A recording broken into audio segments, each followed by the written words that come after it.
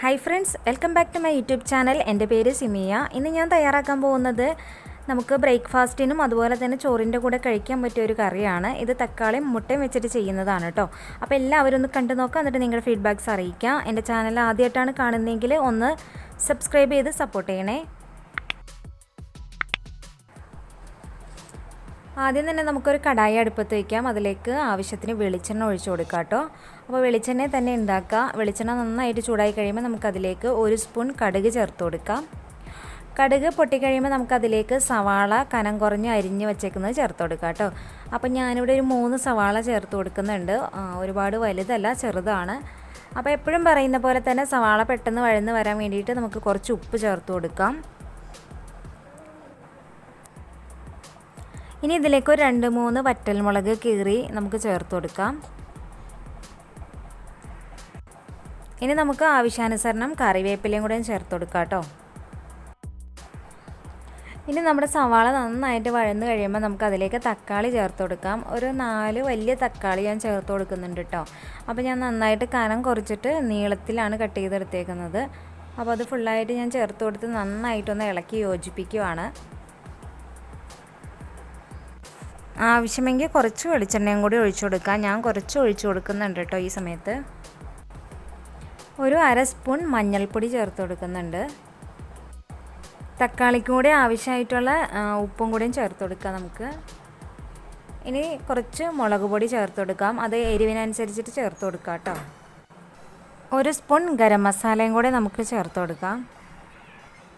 ഇതെല്ലാം കൂടെ നന്നായിട്ട് നമുക്കൊന്ന് ഇളക്കി യോജിപ്പിക്കാം കേട്ടോ. അതിനുശേഷം നമുക്ക് ഈ തക്കാളിയൊക്കെ നന്നായിട്ട് വഴന്ന് വരണം. അപ്പം നല്ല പഴുത്ത തക്കാളിയാണെങ്കിൽ നമുക്ക് നന്നായിട്ട് വഴന്ന് കിട്ടും കേട്ടോ. അപ്പോൾ ഞാൻ എടുത്തിട്ടുള്ള തക്കാളി എന്ന് പറഞ്ഞാൽ കുറച്ച് ഉള്ളു പച്ചയാണ്, അങ്ങനത്തെ തക്കാളിയാണ് ഇപ്പോൾ നമുക്ക് കിട്ടുന്നതും. അപ്പോൾ വഴന്ന് വരാനായിട്ട് കുറച്ച് ടൈമും എടുക്കും.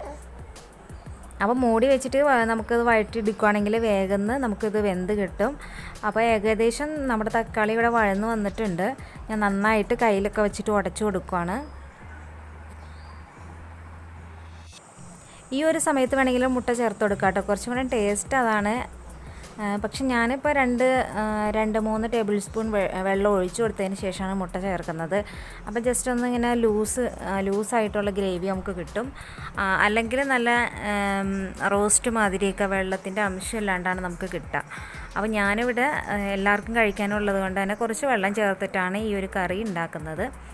എന്നാൽ പോലും വെള്ളം അത്യാവശ്യം വറ്റൂട്ടോ നമ്മൾ കറി ഉണ്ടാക്കി വരുമ്പോഴേക്കും.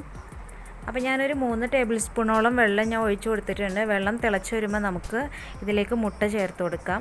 അപ്പോൾ ഞാൻ ഇതിലേക്ക് ഒരു 4 മുട്ട ചേർത്ത് കൊടുക്കുകയാണ് കേട്ടോ. ഇനി നമുക്ക് നന്നായിട്ട് ആ മുട്ടയൊക്കെ പൊട്ടിച്ച് ഇതിലേക്ക് യോജിപ്പിച്ച് നമുക്ക് ഇളക്കിയെടുക്കാം.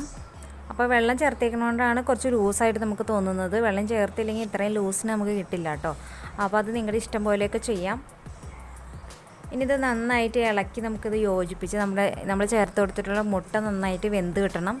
അതുവരെ നമുക്ക് ഇളക്കി യോജിപ്പിച്ചെടുക്കാം. ഏകദേശം അപ്പോൾ വെള്ളമൊക്കെ വറ്റി നമ്മുടെ മുട്ടയൊക്കെ നന്നായിട്ട് വെന്ത് വന്നിട്ടുണ്ട്. ഇനി നമുക്ക് ഫ്ലെയിം ഓഫ് ചെയ്യാം കേട്ടോ. അപ്പോൾ നിങ്ങൾക്ക് ഗ്രേവി വേണ്ടെന്നാണെങ്കിൽ ഈ വെള്ളമൊക്കെ വറ്റിച്ചെടുത്തിട്ട് നമുക്ക് ഫ്ലെയിം ഓഫ് ചെയ്താൽ മതി. അപ്പോൾ ഇത് ഈസി ആയിട്ട് നമുക്ക് വേഗത്തിൽ ചെയ്യാൻ പറ്റിയൊരു കറിയാണ്. ചോറിൻ്റെ കൂടെ കഴിക്കാൻ നല്ല ടേസ്റ്റാണ്. അതുപോലെ തന്നെ നമുക്ക് ചപ്പാത്തിയുടെ കൂടെയൊക്കെ കഴിക്കാൻ പറ്റും. അപ്പോൾ എല്ലാവരും ഒന്ന് ട്രൈ ചെയ്ത് നോക്കിയിട്ട് നിങ്ങളുടെ ഫീഡ്ബാക്ക്സ് അറിയിക്കുക. വീഡിയോ ഇഷ്ടപ്പെട്ടിട്ടുണ്ടെങ്കിൽ ലൈക്ക് ചെയ്യുക, ഷെയർ ചെയ്യുക. അതുപോലെ എൻ്റെ ചാനൽ ഇതുവരെ സബ്സ്ക്രൈബ് ചെയ്തിട്ടില്ലെങ്കിൽ ഒന്ന് സബ്സ്ക്രൈബ് ചെയ്ത് സപ്പോർട്ട് ചെയ്യണേ. ഇനി അടുത്ത വീഡിയോയിൽ കാണുന്നത് വരെ ഓക്കെ, ബൈ, താങ്ക് യു.